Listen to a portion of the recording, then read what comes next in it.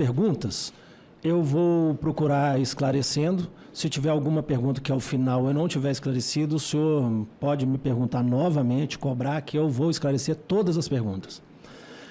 Primeiro, o mandamento legal para se fazer o controle migratório no Brasil é a Lei 13.445 de 2017, artigo 38, e o Decreto 9.199, artigo 170. Então, esses são e a Constituição Federal, que compete à Polícia Federal o controle migratório. Então, esses são os mandamentos legais que nós somos obrigados a cumprir para fazer o controle migratório. Então, eu acho que isso está esclarecido. 2, quanto à situação do senhor Sérgio Tavares, que tem jornalista, tem blog e tudo. Como que funciona a diretoria da Polícia Administrativa, a qual eu sou o diretor? Ela tem N atribuições. Uma das atribuições, nós temos um setor de análise. Esse setor de análise faz um controle de passageiros. Controle de passageiros que entra e sai do Brasil. Procuramos fazer da melhor maneira possível, com a melhor técnica e boa vontade possível. E pessoas que, no caso específico, pessoas que têm uma situação... Nós temos duas situações nesse controle.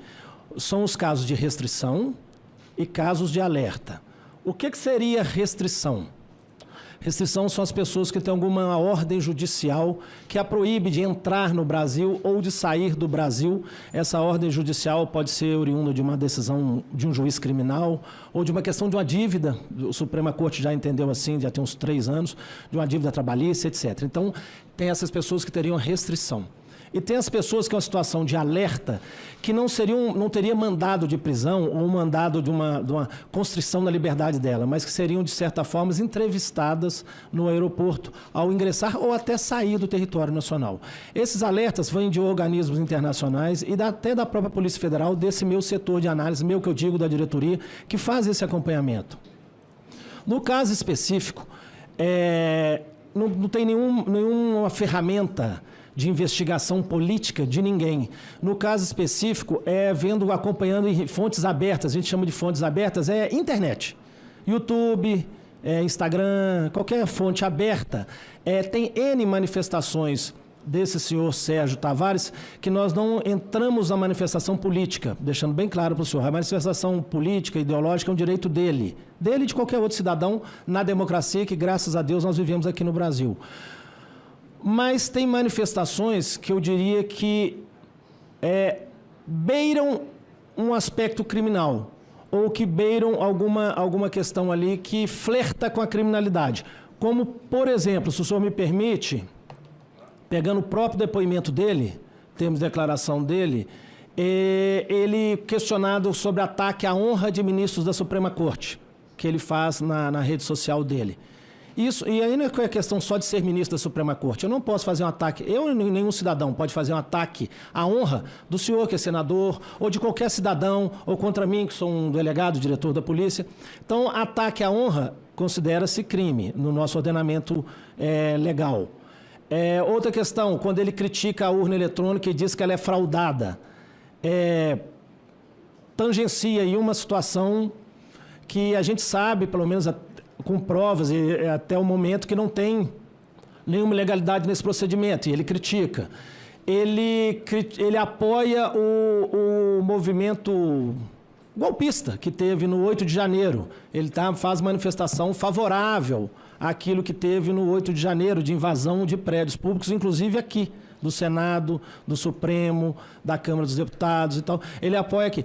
Então, assim, tinha N manifestações desse cidadão Sérgio que está nessa situação. E foi isso que foi perguntado no depoimento. Se os senhores não tiverem acesso, se quiserem que eu leia, porque o depoimento dele tem 2 momentos, para ficar bem claro. Um é o momento técnico, que se pergunta se ele tem passaporte, se ele tem visto para entrar no Brasil, e essa questão técnica foi preenchida.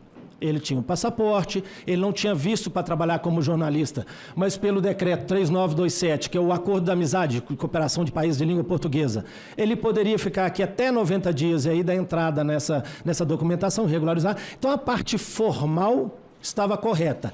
Nessa questão de meta, ele não respondeu, é um direito constitucional que ele tinha, ele estava acompanhado do advogado dele, ele não respondeu a essas perguntas, ele não respondeu. Perguntado também onde ele ia ficar hospedado, que é uma praxe, acho que todos aqui já foram para o exterior, se perguntam onde você vai ficar hospedado no exterior, ele não respondeu. Aqui no Brasil, ele disse que poderia ficar na casa do advogado dele, mas mesmo assim, adotando-se esse procedimento protocolar de se fazer uma entrevista, ele foi admitido em território nacional.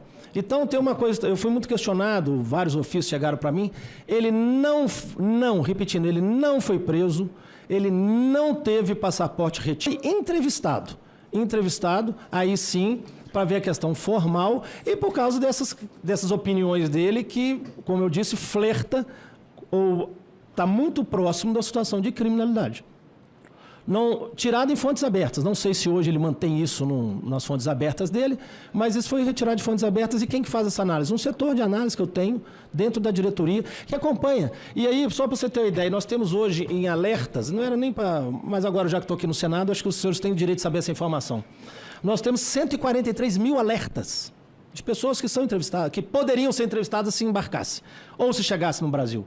E 1.600.000 pessoas com restrições. Proibido de viajar, que vai e volta. E ainda respondendo uma das perguntas do senhor, são inadmitidos em território nacional, não entram no Brasil, em torno de 2, 3 por dia, a média. Fora os flagrantes de gente que vem com droga, engolido, né, que ingere droga. Então, são inadmitidos em torno de 2, 3 por dia em Guarulhos, tá? Essa informação é de Guarulhos. Então, assim, dá em torno, no ano passado, deu 814 inadmissões em território nacional. Então, é um procedimento regular, técnico, que, assim, não vejo nenhuma questão maior nesse aspecto. É um procedimento técnico que a gente adota de forma geral. E a informação que o senhor pergunta por que veio de Brasília, é porque a nossa análise aqui, o setor de análise é aqui de Brasília, concentra as informações e depois divulga as informações para o Brasil inteiro. Fica no nosso setor. Tem um nome técnico e tal, mas é um setor de análise. Deixa eu fazer rapidamente a réplica, senhor presidente. Sim.